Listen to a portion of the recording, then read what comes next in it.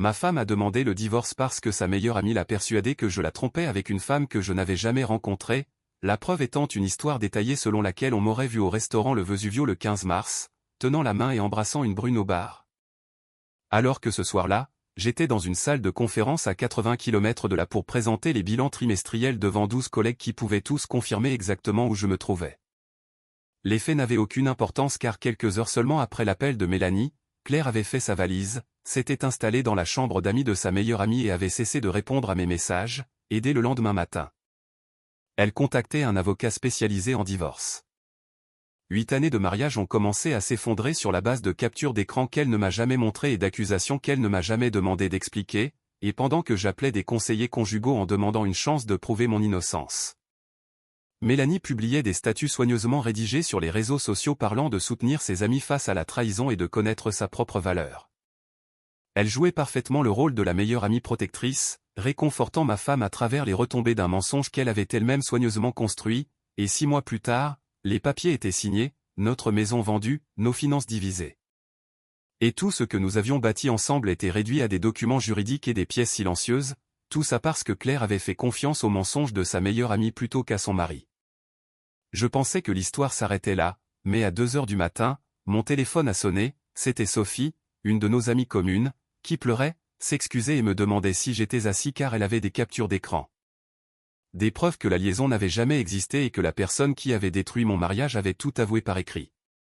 Claire et moi avions ce que tout le monde appelait un mariage parfait, nous étions ensemble depuis notre licence à l'université, mariés depuis 8 ans, propriétaires d'un pavillon de 3 chambres dans un quartier calme de Lyon.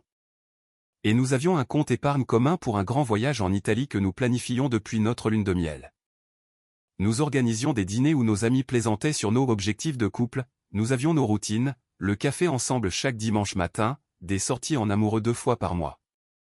Nos mots de passe Netflix partagés et des blagues privées qui faisaient lever les yeux au ciel aux autres couples, de l'extérieur nous semblions indestructibles, mais il y avait toujours Mélanie.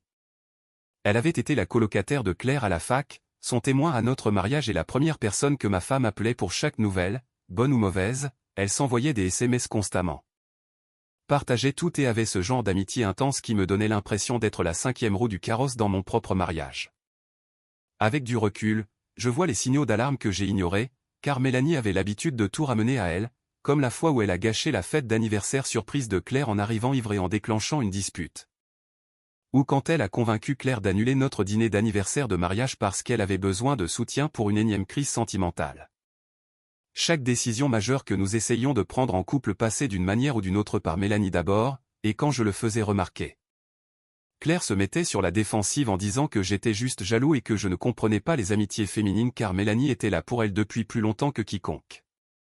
La dynamique a changé après le divorce de Mélanie, 6 mois avant que tout ne s'effondre. Elle a commencé à appeler Claire tard le soir, à débarquer à l'improviste et à faire des commentaires sur la façon dont le mariage change les gens et piège les femmes dans des vies qu'elles n'ont pas choisies. Et bientôt, elle remettait tout en question dans notre relation, pourquoi je travaillais tard parfois, pourquoi je n'envoyais pas de messages constamment, pourquoi je n'étais pas plus romantique comme les hommes dans les films. Et Claire a commencé à me répéter ces mêmes questions presque mot pour mot. Un soir, après un autre dîner interrompu, j'ai essayé de dire que Mélanie traversait une période difficile mais qu'on aurait dit qu'elle essayait de l'éloigner de nous, et Claire n'a pas hésité à répondre qu'elle était sa meilleure amie et qu'elle voulait ce qu'il y a de mieux pour elle. Sous-entendant que ce n'était pas mon cas, ce qui m'a fait comprendre qu'au moment où l'histoire du restaurant Le Vesuvio a fait surface, la confiance entre nous ne s'est pas brisée d'un coup, elle avait déjà été usée conversation après conversation. L'appel est arrivé un mercredi soir alors que je corrigeais des dossiers dans mon bureau. Je pouvais entendre le téléphone de Claire vibrer dans la cuisine, puis sa voix devenir plus aiguë à chaque minute qui passait, demandant si c'était sérieux, au Vesuvio, quand? Puis marquant une pause avant de demander des détails sur la brune, sa taille et sa tenue. Je ne faisais pas vraiment attention au début, mais plus tard je réaliserai que Mélanie n'a pas juste raconté une histoire à Claire, elle lui a raconté une histoire qui ne laissait aucune place aux questions en s'assurant que Claire se sentirait stupide de douter.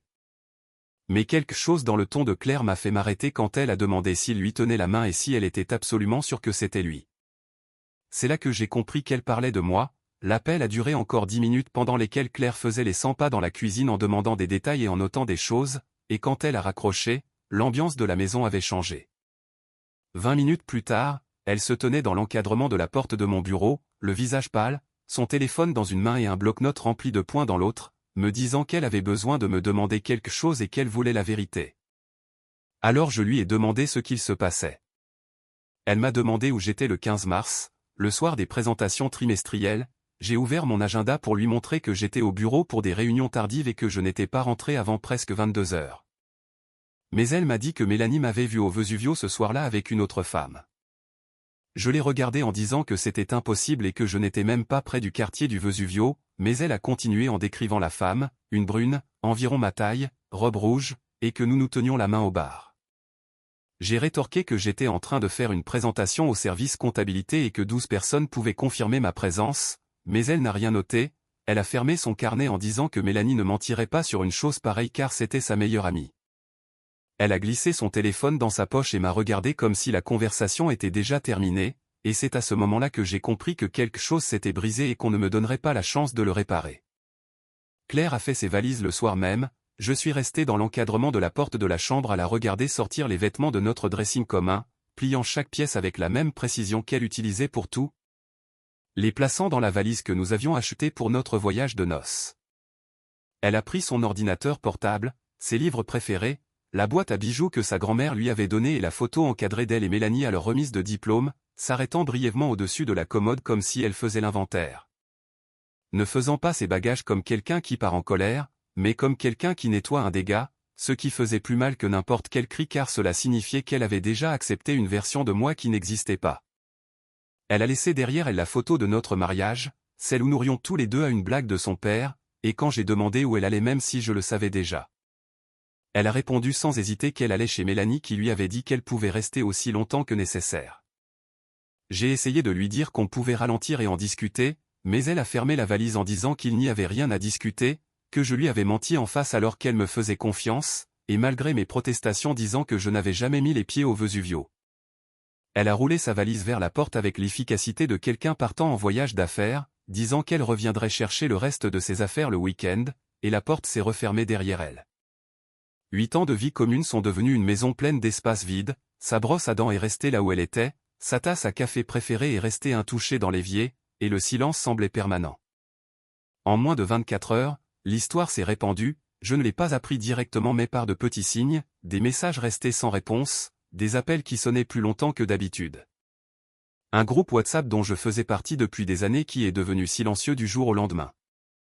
Le lendemain après-midi, c'était devenu évident quand j'ai croisé Sarah, une collègue de Claire, au rayon céréales du supermarché.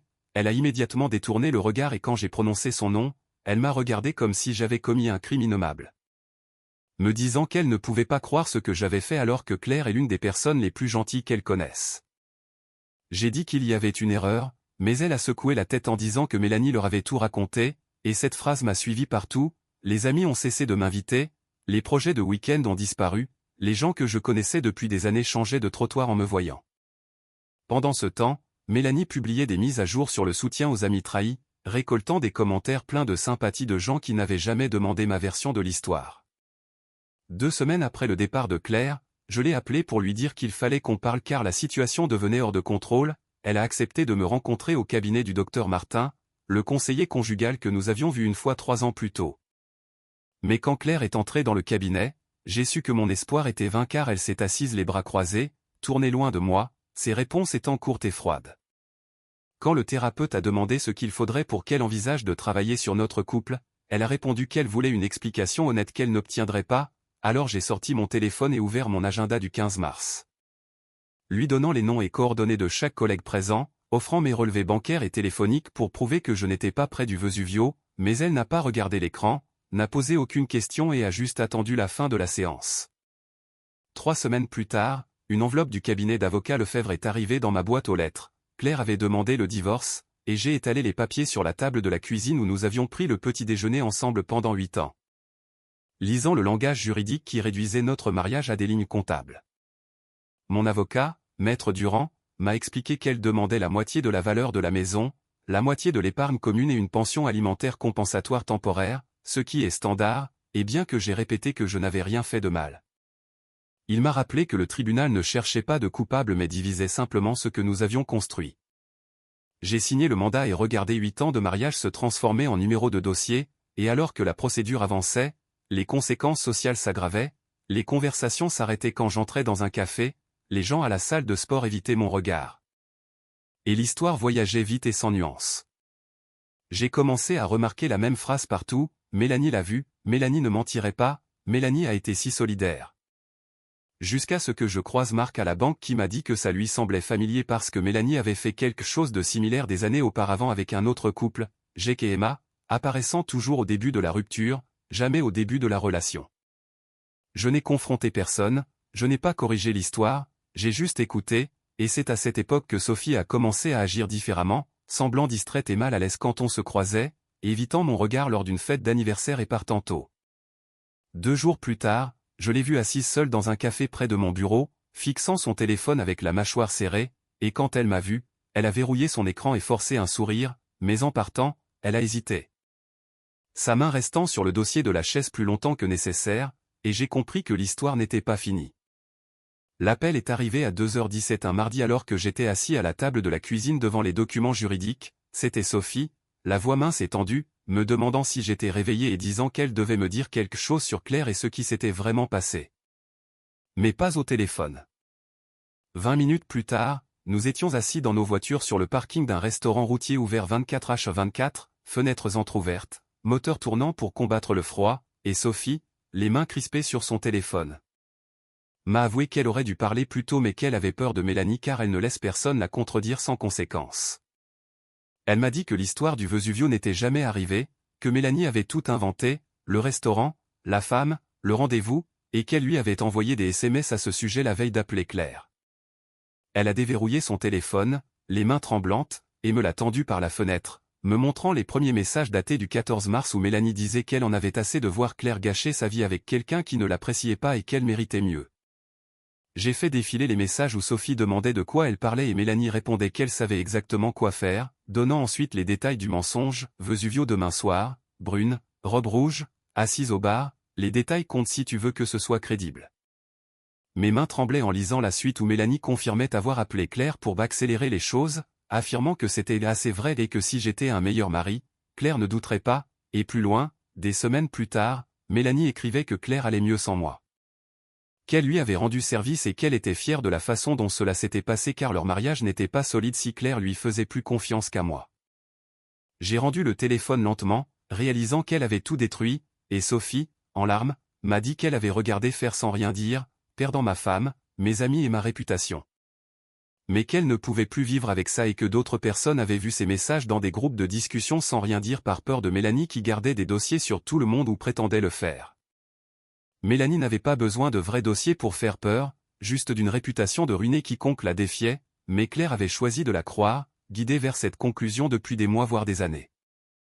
La vérité était enfin sortie mais elle n'avait rien réparé, elle était juste là, lourde et irréversible, et j'ai passé les 3 jours suivants à fixer ses captures d'écran. Comprenant que les montrer à Claire ne réparerait pas automatiquement ce qui était brisé car la confiance ne fonctionne pas comme un interrupteur. Claire n'avait pas simplement cru à un mensonge, elle avait rejeté des calendriers, des témoins et des relevés téléphoniques plutôt que d'envisager qu'elle pouvait avoir tort, mais elle méritait quand même de savoir la vérité sur la personne à qui elle confiait sa vie. Le vendredi matin, j'ai appelé mon avocat pour lui expliquer ce que Sophie m'avait donné, et il m'a conseillé de tout documenter car la préméditation changeait le contexte, surtout si la demande de divorce était basée sur de fausses informations. Ce même week-end, j'ai commencé à entendre parler de changements dans le comportement de Claire. Anna m'a dit qu'elle posait des questions sur le Vesuvio et sur le moment où Mélanie avait mentionné m'y avoir vu. Et Jessica m'a appelé pour me dire que Claire trouvait étrange que Mélanie connaisse des détails comme ma tenue qu'elle n'aurait pas pu voir à travers un restaurant bondé. Ce soir-là, Claire m'a envoyé un message demandant à me parler, juste nous deux, au sujet de cette nuit-là, et j'ai accepté de la rencontrer le lendemain à 15h au parc des Berges près du pavillon, décidant que ce ne serait pas pour réparer le passé mais pour établir la vérité. Je suis arrivé 10 minutes en avance, choisissant un banc visible mais assez éloigné pour ne pas être entendu, et Claire est arrivée à 15h pile, portant le même manteau en laine bleu marine qu'elle avait depuis la fac, s'asseyant à l'autre bout du banc. Sophie se tenait près du chemin, faisant semblant de regarder son téléphone, assez près pour voir mais assez loin pour ne pas interférer. Claire a commencé doucement, disant qu'elle avait réfléchi aux détails de cette soirée au Vesuvio, notant que Mélanie avait dit nous avoir vus au bar, mais qu'après avoir appelé le restaurant, elle avait appris qu'il n'avait pas de comptoir pour s'asseoir, seulement des tables. Elle a ajouté que Mélanie avait décrit la robe rouge et les bijoux de la femme alors qu'elle prétendait être assise loin dans une salle sombre, mais le plus étrange, a-t-elle dit la voix brisée, c'est qu'elle a vérifié ses propres photos et a trouvé une photo de notre salon prise à 20h41 où l'on voyait mon ordinateur portable ouvert et ma veste de costume sur la chaise parce que j'avais oublié de la ranger, prouvant que j'étais bien rentré. J'ai alors sorti mon téléphone et ouvert la capture d'écran que Sophie m'avait envoyée, lui demandant si elle voulait savoir ce qui s'était vraiment passé, et Claire a lu les messages, son visage devenant de plus en plus pâle à mesure qu'elle découvrait la planification du mensonge. La manipulation justifiée et la fierté de Mélanie d'avoir détruit notre mariage. Elle m'a rendu le téléphone en pleurant, admettant qu'elle avait choisi de la croire sur 8 ans de mariage et qu'elle avait refusé de regarder mes preuves, puis elle m'a demandé si je pouvais lui pardonner. J'ai répondu que je pouvais lui pardonner d'avoir été manipulée, ce qui l'a soulagée un instant, mais j'ai ajouté que je ne pouvais plus lui faire confiance, car le pardon et la réconciliation sont deux choses différentes et qu'elle n'avait pas juste cru un mensonge par accident. Elle l'avait activement choisi. Elle a supplié, proposant une nouvelle thérapie et de couper les ponts avec Mélanie, mais je me suis levé en disant que certains choix n'ont pas de bouton reset. Que j'espérais qu'elle apprendrait à faire confiance à son propre jugement et à ne plus jamais laisser quelqu'un d'autre décider pour elle. Je me suis dirigé vers le parking sans me retourner quand elle a appelé mon nom, et pour la première fois, je ne partais pas avec colère ou sentiment de perte, mais avec clarté. Réalisant que ce n'était pas une vengeance mais simplement le moment où j'arrêtais d'attendre quelqu'un qui m'avait déjà montré qui elle était.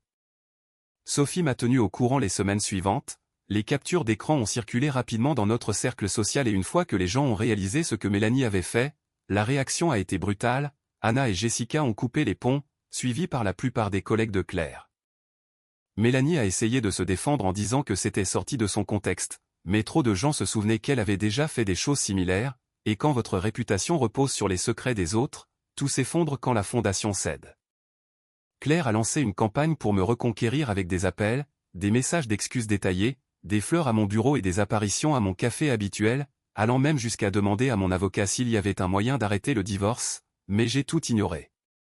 Le divorce a été prononcé un jeudi matin de décembre, la maison a été vendue le mois suivant et l'argent divisé selon l'accord initial, et en janvier, j'avais emménagé dans un appartement d'une chambre de l'autre côté de la ville, sans souvenir commun. J'ai gardé contact avec Sophie et quelques autres qui avaient défendu la vérité, j'ai évité les événements où je pourrais croiser Claire, et j'ai recommencé à fréquenter quelqu'un au printemps, doucement. Avec une femme qui pose des questions directes quand quelque chose n'a pas de sens et qui vérifie ses sources. Claire a appris à faire confiance à la mauvaise personne au pire moment, mais moi j'ai appris que s'éloigner de quelqu'un qui ne vous fait pas confiance n'est pas un échec, c'est du respect de soi, et je n'ai pas perdu ma femme à cause du mensonge de Mélanie. Je l'ai perdue au moment où Claire a décidé que ma parole ne valait pas la peine d'être défendue.